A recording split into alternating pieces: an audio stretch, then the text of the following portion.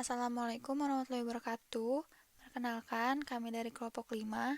Di sini kami akan mempresentasikan tentang hasil diskusi kami dengan materi yang berjudul Analisis dan Rancangan Pekerjaan. Nama saya Cindy Prima Antralise dan rekan saya Desti Widianti. Kami dari kelas D3 APA 2018. Materi pertama ada pengertian dari analisis pekerjaan. Secara umum, analisis pekerjaan adalah suatu aktivitas untuk mengkaji, mempelajari, mengumpulkan, mencatat, dan menganalisis ruang lingkup suatu pekerjaan secara sistematis dan sistemik. Menurut Nawawi, mendefinisikan analisis pekerjaan adalah proses menghimpun informasi mengenai setiap jabatan atau pekerjaan yang berguna untuk mewujudkan suatu bisnis suatu perusahaan.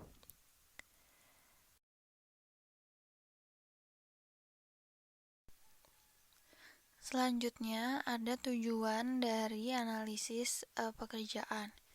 Yang pertama itu ada job description. Ini berisi informasi pengidentifikasian pekerjaan, riwayat pekerjaan, kewajiban-kewajiban pekerjaan, dan pertanggungjawaban. Spesifikasi pekerjaan atau informasi mengenai standar-standar pekerjaan. Yang kedua ada job classification. Ini untuk penyusunan pekerjaan-pekerjaan ke dalam kelas-kelas atau kelompok-kelompok atau jenis-jenis berdasarkan rencana sistematika tertentu. Yang selanjutnya ada job evaluation. Di sini adalah suatu prosedur pengklasifikasian pekerjaan berdasarkan kegunaan masing-masing di dalam organisasi dan di dalam pasar tenaga kerja luar yang terkait. Selanjutnya ada job design structuring. Ini meliputi usaha-usaha untuk mengalokasikan dan mengstrukturalisasikan kegiatan-kegiatan pekerjaan ke dalam berbagai kelompok. Selanjutnya ada personal specification, berupa penyusunan persyaratan-persyaratan atau spesifikasi tertentu bagi suatu pekerjaan, seperti pengetahuan, keterampilan, ketangkasan, sifat-sifat, dan ciri-ciri yang diperlukan bagi keberhasilan pelaksanaan suatu pekerjaan. Selanjutnya ada performance appraisal. Tujuan penting daripada penilaian performansi ini adalah dengan maksud untuk mempengaruhi dari pekerja melalui keputusan-keputusan administrasi seperti promosi, pemberhentian sementara, pemindahan, kenaikan gaji, memberi informasi kepada para pekerja tentang kemampuan-kemampuan dan kekurangan-kekurangan yang berkaitan dengan pekerjaannya masing-masing.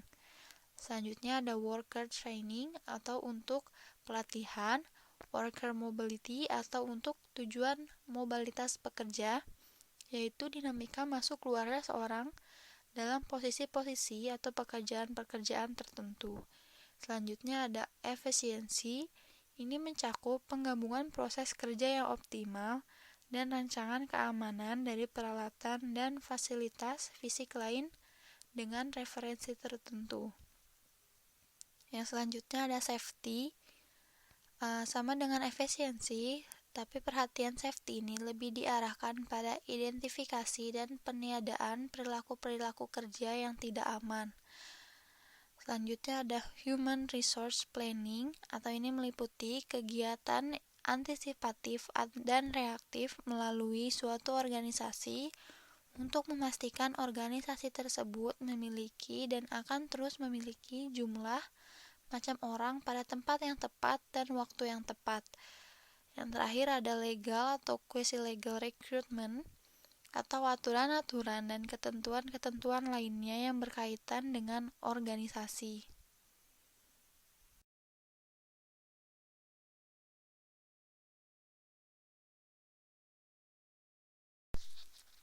Selanjutnya ada prinsip analisis pekerjaan. Prinsip analisis pekerjaan dibagi menjadi 5. Yang pertama, memberikan fakta tentang pekerjaan itu sendiri. Yang kedua, memberikan fakta yang berhubungan dengan tujuan tertentu. Yang ketiga, ada analisis pekerjaan harus sering ditinjau. Yang keempat, dapat menunjukkan unsur penting dalam pekerjaan. Dan yang kelima, ada memberikan informasi yang terpercaya.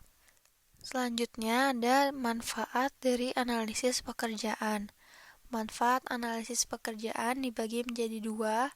Yang pertama bagi pegawai dan yang kedua bagi perusahaan. Bagi pegawai sendiri, ada 4 manfaat. Yang pertama ada memperkenalkan karyawan baru dengan pekerjaan pada jabatan yang ditempati. Ini bertujuan untuk membuat karyawan baru tersebut mampu beradaptasi dengan pekerjaan yang akan dia jalani di perusahaan tersebut. Yang kedua adalah menentukan kebutuhan-kebutuhan pelatihan bagi para karyawan, mengembangkan rencana-rencana pengembangan karyawan yang potensial. Yang ketiga adalah mengevaluasi tantangan lingkungan yang mempengaruhi pekerjaan individu. Dan yang terakhir ada merencanakan kebutuhan karyawan di waktu yang akan datang. Dan bagi perusahaan, yang pertama ada menempatkan karyawan sesuai dengan keterampilan. Selanjutnya, saya akan menjelaskan tentang pengertian rancangan pekerjaan. Pengertian rancangan pekerjaan yaitu suatu proses yang diciptakan untuk dapat mengidentifikasi suatu pekerjaan untuk tujuan efektif dan efisien. Lalu ada kerangka rancang pekerjaan. Rangka rancang pekerjaan ini terdapat dua, yaitu input dan output. Input itu meliputi unsur organisasi, unsur lingkungan, dan juga unsur perilaku. Lalu outputnya yaitu dalam bentuk rancang pekerjaan, menjadi produktivitas dan kepuasan kerja. Lalu menjadi umpan balik bagi ketiga unsur tersebut. Lalu proses itu akan berlangsung selama pelaksanaan pekerjaan. Lalu yang ketiga, faktor yang mempengaruhi dalam merancang rancangan pekerjaan. Faktor-faktornya itu ada 3, yaitu 1, faktor organisasional, meliputi lingkungan organisasi ataupun perusahaan. Yang kedua, faktor lingkungan, yaitu bisa dari rekan kerja, pimpinan, ataupun lainnya. Dan yang ketiga, faktor keperilakuan, yaitu dari perilaku pribadi pegawai itu sendiri.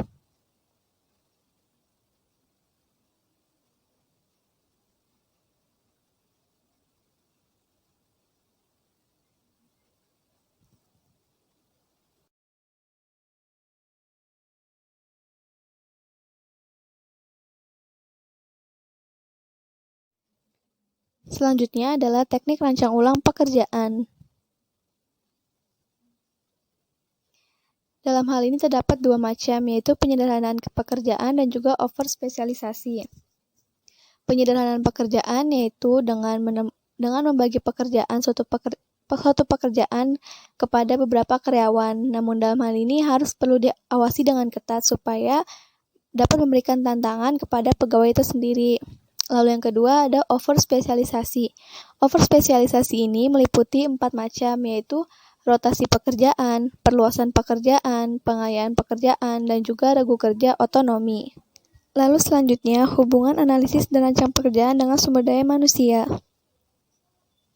Bagi perusahaan ataupun pegawai, tentunya harus selalu memikirkan bagaimana cara melakukan manajemen sumber daya manusia dengan baik. Dengan adanya analisis dan rancang pekerjaan ini, tentu saja membuat mudah perusahaan untuk menentukan job desk ataupun aturan yang baik bagi pegawai.